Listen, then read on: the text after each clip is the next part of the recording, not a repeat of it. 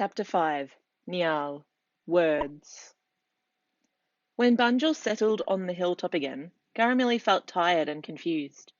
She realized that this land had a history of sadness and war. She did not want to see any more suffering. Bunjil whispered, "There is a lot of learning to be done here.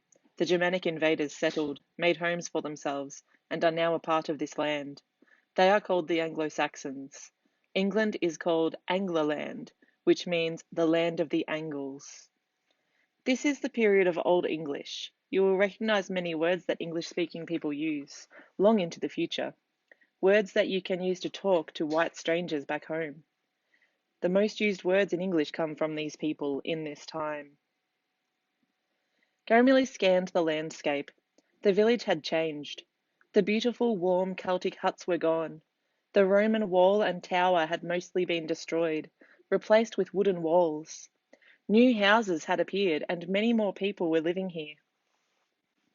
Garamili felt the wind from Bunjil's wings as he flew away and disappeared over the ocean. Garamili sat for a while and wondered why the round huts were all gone.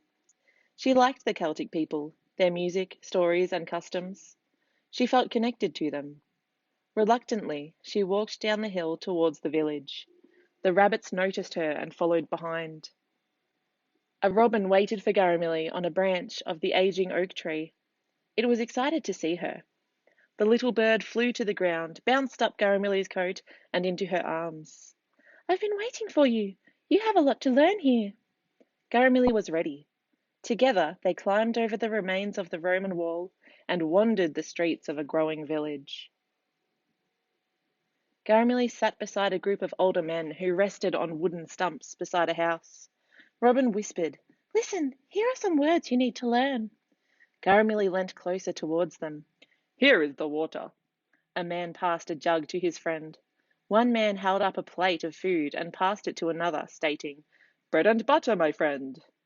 Suddenly, the mood changed and they all became very serious as one man reflected, "The strong sea storm from time agone." They sat silently, each deep in thought. Garamili suddenly felt that she was intruding and decided to move along. Garamili continued to wander through the streets and listened with determination. She realized that most words were short, with only one syllable. A man with a chisel and hammer worked on a hard bench. He looked focused and serious. His hands were worn and strong. He used the chisel and forced symbols into stone. Robin noticed her curiosity. "The Anglo-Saxons had a special type of writing called runes. This was an alphabet of symbols, usually carved into stone or wood." When the man was finished, he leant back and said with satisfaction, "Good." He called out, "Son!" and a boy ran out of a nearby house. Together they ran their fingers over the stone. His son blew gently onto the carving and watched the dust disappear to reveal a day's hard work. Garamili noticed the affection they had for each other as they picked up the stone together and struggled through the streets with it. A group of children raced past her, up the path. She followed. They scattered quickly in different directions around a house. Garamili knew this hiding game. She often played it with her friends by the river of Yarramloch. She heard giggling from inside a wooden box on the ground. A lady peered out of the door of the hut and called to the children, "No game! Here, eat now!" The children scampered towards her and revealed their hiding spots. The lady scanned the group. "Where is Singbert?" "Mother, up the house," a small child said while tugging at her dress. She turned as a young boy quickly and carefully climbed down from the roof of the house, trying not to break anything. She approached him, grabbed his ear, and guided him inside. From the window, Garamili heard disconnected words. "Father! Knight! You! Hand!" Together, Garamili and Robin continued on their journey. A little further along the path, they noticed a blacksmith working hard by a hot fire. He was covered in ash and soot.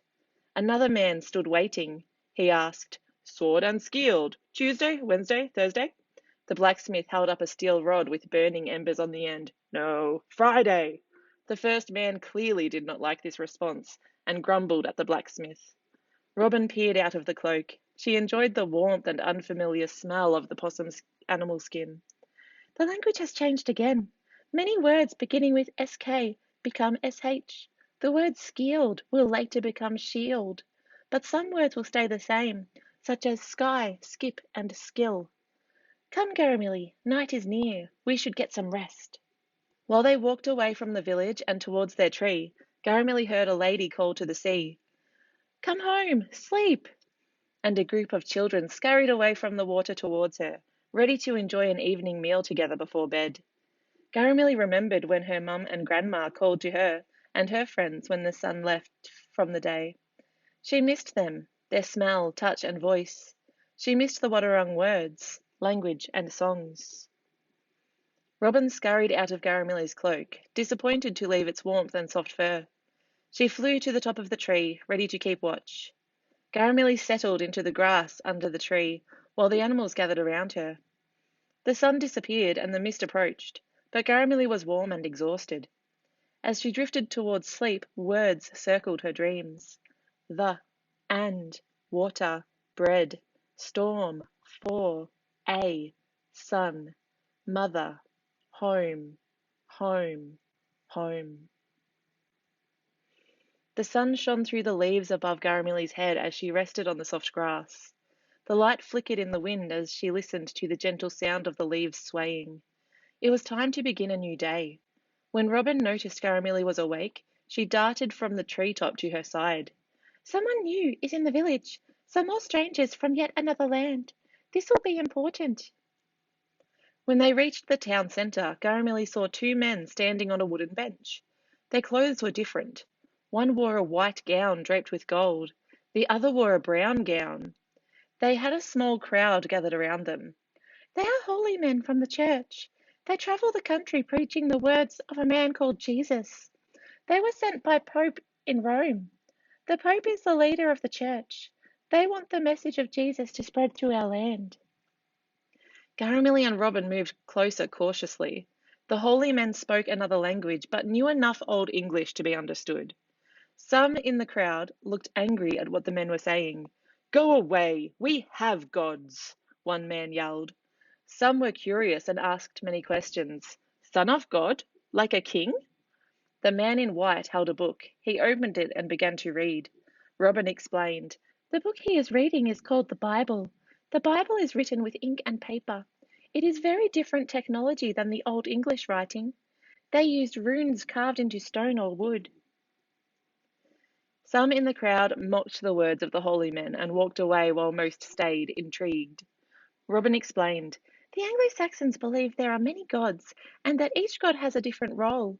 Gods influence things such as weather, darkness, light, love, family, and farming. The Anglo-Saxons do not want to change their beliefs.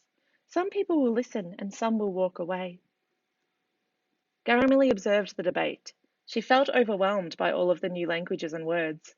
She walked away, past the walls and into the countryside. Garamilly was tired of the arguments and fighting. She missed the calm and predictable life she had in Wadawurrung country, thinking about her family and her people. Garamilly remembered her mission. She was eager to learn English so that she could go home. Garamilly was relieved when she saw Bunjil on the hill. When she reached him, she took one last look at the village and was happy that they were at peace, and hopeful that she would be home soon.